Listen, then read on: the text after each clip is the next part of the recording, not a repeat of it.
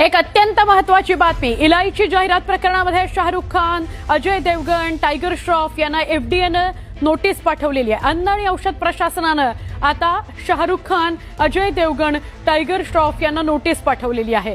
इलायचीच्या जाहिरातीवरून बॉलिवूड अभिनेता शाहरुख खान, अजय देवगण आणि टायगर श्रॉफ अडचणीत येतील असं वाटतंय, कारण महाराष्ट्र अन्न आणि औषध प्रशासनानं तिघांना सुद्धा कारण दाखवा नोटीस बजावली आहे।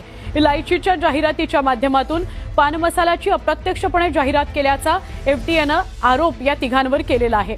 त्यामुळे कारण दाखवा नोटीस त्यांना बजावली आहे। या तिघांनाही आता उत्तर द्यावं लागेल त्यांच्या या जाहिरातीमध्ये काम करण्याच्या अनुषंगानं। महाराष्ट्रामध्ये पान मसाल्याच्या उत्पादन, साठवणूक आणि वाहतूक, वितरण तसंच विक्रीवर 1 वर्षाकरता बंदी आहे। 13 जुलै 2026 ला अन्न सुरक्षा आयुक्तांनी बंदीचा आदेश जारी केला।